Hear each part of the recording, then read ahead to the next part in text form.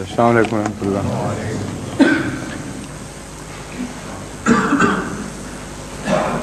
عبدالرشید صاحب نہیں ہیں آج؟ کیونکہ عبدالرشید آپ نہیں، دوسرے عبدالرشید صاحب کا پوچھ رہا ہوں. ہاں ہاں، اور بشیر یاد صاحب تو ہوں گے یہاں، وہ بھی نہیں آج؟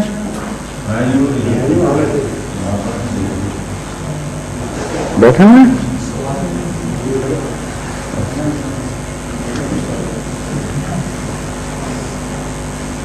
So any questions, please, or observations, etc., please? Dilip Sahab. Wa alaikum assalam wa rahmatullah.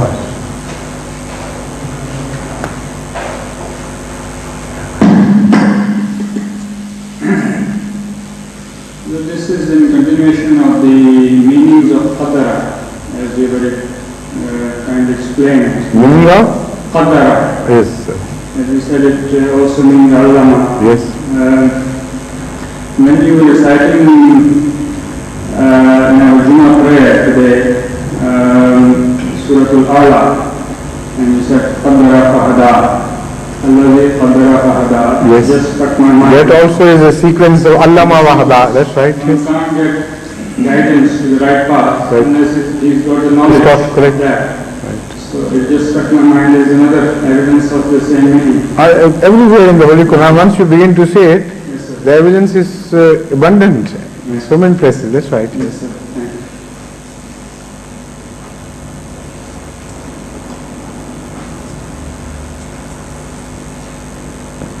So anyone else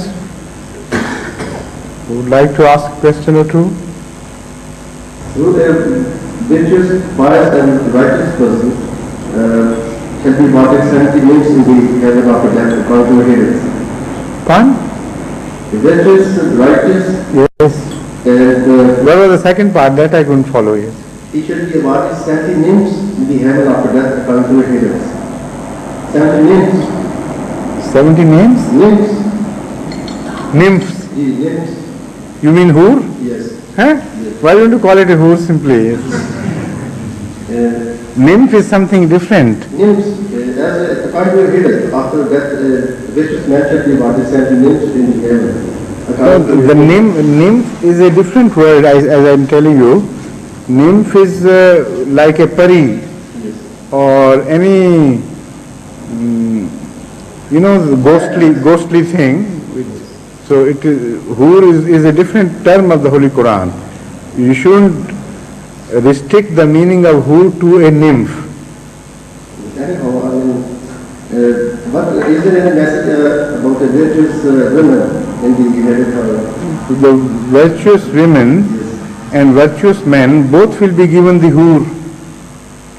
How have you determined the sex of a Hur to be a lady?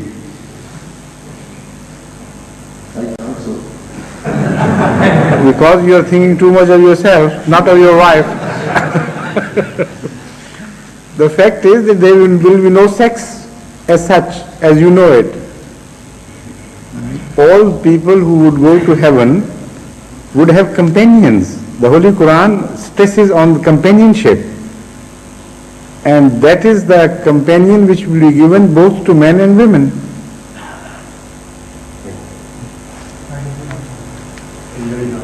Yes, God, please come.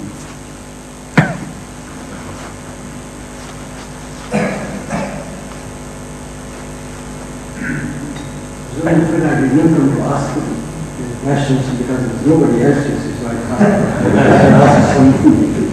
I didn't bring my reading glasses, so I'm only getting mistakes. Can you put it further back? And still read it, I mean? Yes, I can. Why don't you give to Imam Sahib, he'll read it for you. Yes, it's very easy. Yes. Yeah, you will be. Yes.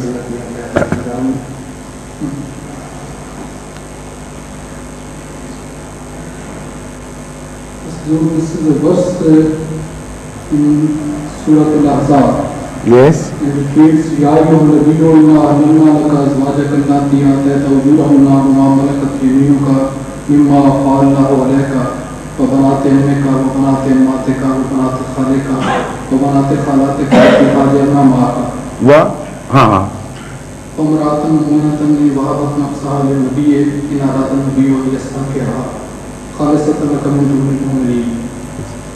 Yes, my question was, you see that here is particularly mentioned those who have migrated along. Quite. Why it has been particularly said? And is there any other reference to agreeing with your Allah to marry your cousins? Where else is also? No, the cousins are of course permissible. I mean, you can marry among your cousins, can't you?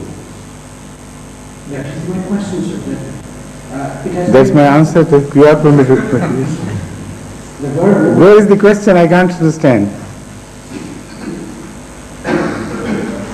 The Holy Quran has given details of such ladies among whom the Holy Prophet is permitted to marry.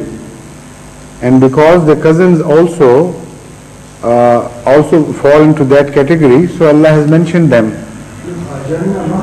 Hajarna Maka means those who have not migrated with you, you should not marry among them.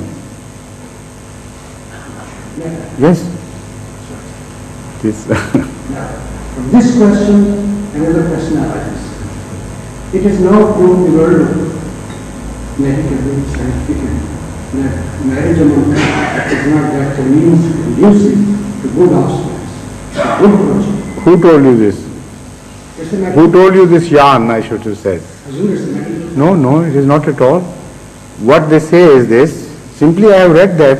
I am a student of genetics. I know all this. The fact is that if you marry too much among your relatives continuously, without a change of blood, then after many generations, two things happen.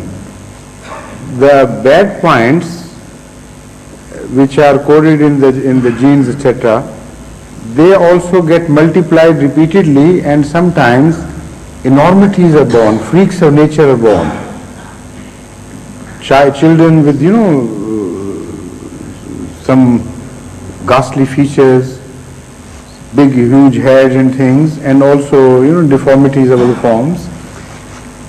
And on the other hand, some genius are also born, who are exceptionally clever in all their qualities. And those races among whom it is a custom to marry only within the race and not outside, these things do happen often.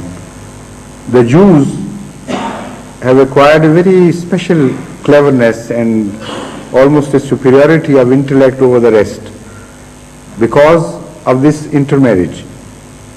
And because that for thousands of years they have been maintaining, 2,000 years or more, let me say, 3,000, how many years? 3,300 years to hold Moses? Yes. 3,000, about 300 years, yes. This is why this has happened, and also among them you will find those deformed children. So this scientific observation relates to a much larger experience of human race, covering many generations, and only is applicable when you strictly marry within your relations and not outside. If you permit the outside blood also to be mixed with your blood, then this is not applicable. Then different things happen. Yes. Then how come you see, even in the most primitive peoples in the third world, these cousin marriages, What? even in the most primitive tribes, these cousin marriages are not allowed. So do you want to follow the most advanced religion or most primitive religion? Even the most advanced do not marry, even the most No, the most advanced is Islam. Islam permits, yet at the cost of Islam you want to follow the primitive religion. It's up to you.